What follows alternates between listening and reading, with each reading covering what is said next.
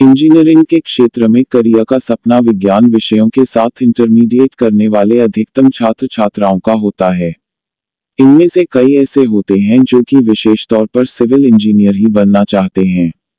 लेकिन क्या आप जानते हैं कि भारत का पहला सिविल इंजीनियर किसे कहा जाता है?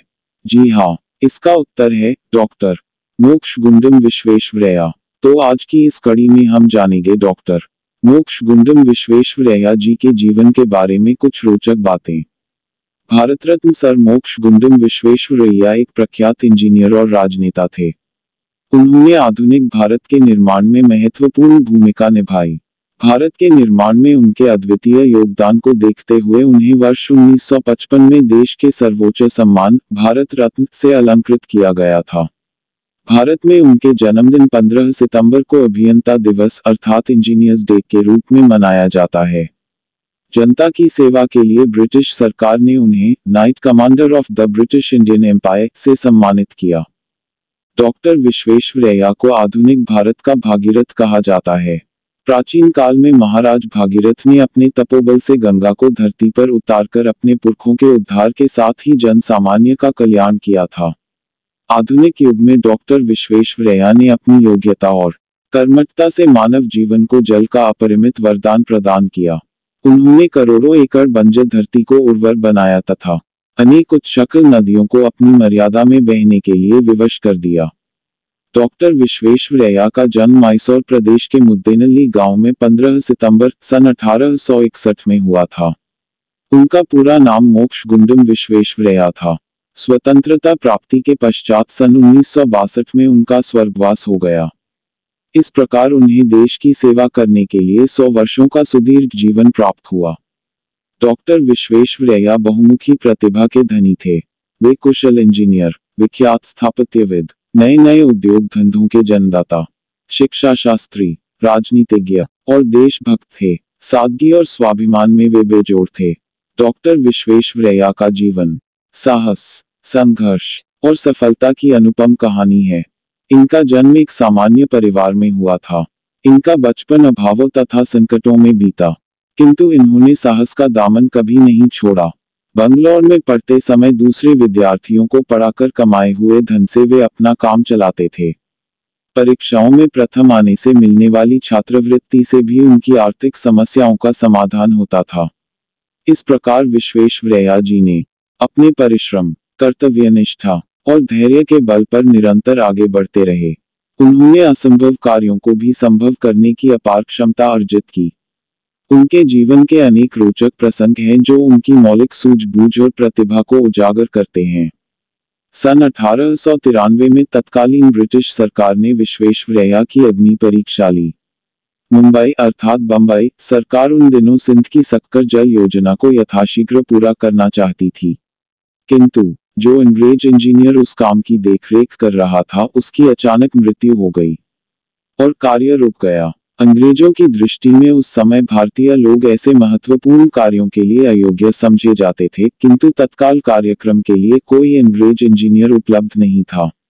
अंग्रेजों ने इस नवोदित भारतीय इंजीनियर को यह कार्य परीक्षा के रूप में सौंपा। सिंधु की चिलचिलाती हुई धूप में विश्वेश्वरैया जी ने बड़ी योग्यता एवं कर्मठता से इस कार्य को समय के भीतर ही पूरा करके अपनी योग्यता प्रमाणित कर दिया। मुंबई अर्थात बंबई के तत्कालीन गवर्नर ने उसके उद्घाटन के अवसर पर इस भारतीय इंजीनियर की भूरी भूरी प्रशंसा की। हैदराबाद शहर के बीच में मूसी नदी बहती है। 28 सितंबर 1908 में इस नदी में बहुत बाढ़ आई, जिससे 2000 से अधिक लोग बह गए। तत्कालीन हैदराबाद के निजाम ने सरकार से अनुरोध किया कि भविष्य में बाढ़ से बचाव के लिए सुझाव देने हेतु किसी योग्य इंजीनियर की सेवा उपलब्ध करा दें। डॉक्टर विश्वेश्वरैया उस समय इटली में थे। मुंबई अर्थात बंबई के गवर्नर ने उन्हें तार भेजकर कहा, हैदराबाद के उद्धार के लिए हम आपसे भारत लौटने का अनुरोध करते हैं। भारत लौटकर वे हैदराबाद पहुंचे। उन्होंने उच्छृंखल मूसी नदी पर बांध बनाकर जलाशयों का निर्माण कराया और जन धन का विनाश करने वाली मूसी नदी को हैदराबाद के लिए वरदान बना दिया। विश्वेश्वरैया जी ने तत्कालीन मैसूर राज्य की सिंचाई योजना संबंधी अनेक कार्य किए। कावेरी नदी पर बना कृष्णराज सागर उनकी अक्षय कीर्ति का स्मारक है। 130 फुट ऊंचे इस बांध में 4800 करोड़ घन फुट पानी जमा हो सकता था तथा 1,50,000 एकड़ भूमि की सिंचाई हो सकती थी। सन 1912 में बने इस बांध का जलाशय देश का सबसे बड़ा जलाशय था। इसे देखकर महात्मा गांधी ने कहा था, केवल कृष्णराज सागर ही, जो संसार में अपनी तरह का एकमात्र जलाशय है, सर विश्वेश्वरैया की स्मृति को चिरस्थायी बनाए रखने में समर्थ है। आर्थिक विकास और औद्योगिकरण के क्षेत्र में डॉक्टर विश्वेश्वरैया जी ने अनेक महत्वपूर्ण कार्य किए। उनका दृढ़ मत था कि देश का औद्योगिकरण करो या मरो। जिस समस्या का आज देश सामना कर रहा है उसका पूर्वाभास उन्हें हो गया था। उन्होंने तत्कालीन मैसूर राज्य में bank, Mysore chamber of commerce, चंदन तेल कारखाना, सरकारी साबुन कारखाना आदि उद्योग आरंभ किए थे। भद्रावती के प्रसिद्ध लोहा और इस्पात कारखाने की योजना डॉक्टर विश्वेश्वरैया जी ने ही तैयार की थी। डॉक्टर विश्वेश्वरैया की मान्यता थी कि उचित शिक्षा ही देश की आर्थिक अव्यवस्था को दूर कर सकती है। अपने जीवन के अंतिम दिनों तक वे शिक्षा के प्रचार प्रसार के प्रति प्रयत्नशील रहे। जीवन के 100वें वर्ष में पदार्पण करने पर उन्होंने अपने एक मित्र से कहा था कि भारत कैसे उन्नति कर सकता है जबकि उसकी 80% जनता अनपढ़ है। वे कहते थे कि सभी प्रकार की प्रगति का आधार शिक्षा ही है। उन्होंने मैसूर विश्वविद्यालय की नींव डाली। यह भव्य विश्वविद्यालय जब बनकर तैयार हुआ तो मैसूर के महाराज ने अपनी प्रजा की ओर से इस अवसर पर डॉक्टर विश्वेश्वरैया की मुक्त कंठ से प्रशंसा करते हुए कहा था कि डॉक्टर विश्वेश्वरैया की देशभक्ति, उत्साह और कर्मशक्ति के कारण ही हमने स्वप्न का साकार रूप देखा है। यह विश्वविद्यालय अपने निर्माता को सदैव स्मरण कराता रहेगा। डॉक्टर विश्वेश्वरैया देशभक्त और स्वाभिमानी व्यक्ति थे। अपने पूना निवास काल में वे न्यायाधीश राणा डे गोखले तथा तिलक के संपर्क में आए और स्वदेशी प्रभाव में रंग गए। अंग्रेजों ने उनकी तारीफ के पुल बांधे, उन्हें प्रलोभन भी दिए, किंतु वे जानते थे कि गुलामी की रोटी कितनी दुखद है। 47 वर्ष की अवस्था में उन्होंने सरकारी नौकरी छोड़ दिया और जीवन का शेष भाग स्वतंत्रता पूर्वक मानव सेवा में लगाया। वह देश हित को सबसे ऊंचा स्थान देते थे। डॉक्टर विश्वेश्वरैया की योग्यता और क्षमता का प्रचार प्रसार विदेशों में भी खूब हुआ।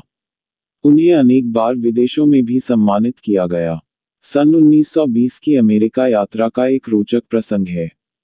डॉक्टर विश्वेश्वरैया जी एक प्रसिद्ध अर्थशास्त्री से मिलने गए और भारत की अर्थव्यवस्था के बारे में उन्होंने कुछ सुझाव मांगे। उस अमेरिकी अर्थशास्त्री ने कुछ भी देने से इनकार कर दिया और विश्वेश्वरैया के साथ आए हुए सहायक के कान में कहा, इन महाशय को बताइए कि ये अपने देश वापस जाएं और अपने देश के संविधान को एक राष्ट्रीय सरकार के संविधान में बदलें, तब पास आएं। उस अमेरिकी अर्थशास्त्री का व्यंग्य सुनकर विश्वेश्वरैया जी को बड़ा आघात लगा और उन्होंने मन ही मन देश को स्वतंत्र कराने का दृढ़ संकल्प लिया। डॉक्टर विश्वेश्वरैया अत्यंत स्वाभिमानी व्यक्ति थे। किसी भी दबाव में वे सत्य मार्ग से विरत नहीं होते थे। सन 1921 में मुंबई तकनीकी एवं औद्योगिक शिक्षण समिति के सदस्य के पद पर उनकी नियुक्ति हुई। इस समिति में अंग्रेज सदस्यों की संख्या 10 थी और भारतीयों की 7। अंग्रेज सदस्य भारत में उच्च तकनीकी शिक्षा के विरोधी थे, किंतु डॉक्टर विश्वेश्वरैया इनके प्रबल समर्थक थे। लॉर्ड ने डॉक्टर विश्वेश्वरैया को प्रभावित करने का पूरा प्रयास किया, परंतु देशभक्त डॉक्टर विश्वेश्वरैया ने उनकी एक न सुनी। अंत में डॉक्टर विश्वेश्वरैया के सुझावों को विश्वविद्यालय को मानना पड़ा और मुंबई विश्वविद्यालय में उच्च रासायनिक तकनीकी विभाग खोलने का निश्चय किया गया। वे सरल, सज्जन, उदार और मेधावी पुरुष थे। उनका जीवन सादगी और सद्व्यवहार का प्रतीक था। वे भारतीयता का हृदय से आदर करते थे। वृद्धावस्था में भी वे आगंतुकों को बरामदे तक छोड़ने जाते थे। उनकी वाणी की मिठास, उनका निश्चल व्यवहार और आकर्षक व्यक्तित्व मिलने वालों पर अपना अमिट प्रभाव छोड़ता था। भारत स्वतंत्र हुआ तो देश ने इस महान रत्न का हार्दिक सम्मान किया। अंग्रेजों ने उन्हें सर की उपाधि दी थी। भारत ने इन्हें सर्वोच्च भारत रत्न की उपाधि से अलंकृत किया। डॉक्टर विश्वेश्वरैया आधुनिक भारत के महान कर्मयोगी थे। कर्म को ही वे पूजा और धर्म मानते थे। भारतीय संस्कृति और आचार विचार में उनकी महान आस्था थी। बाह्य आडंबर का उन्होंने सदैव विरोध किया। एक बार जब वे यात्रा कर रहे थे तो उनके एक मित्र ने एक भव्य मंदिर के पास कार रोक दी और चाहा कि डॉक्टर विश्वेश्वरैया जी भी उनके साथ भगवान के दर्शन करने चलें। वे मंदिर के अंदर नहीं गए और मंदिर की स्थापत्य कला का निरीक्षण करते रहे।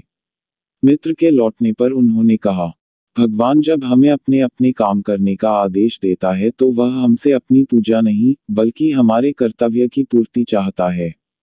डॉक्टर मोक्ष गुंडम विश्वेश्वरैया जी भारत माता के अमर पुत्र हैं। शताब्दियों तक भारतवासी उनके महान कार्यों का स्मरण कर प्रगति की प्रेरणा पाते रहेंगे।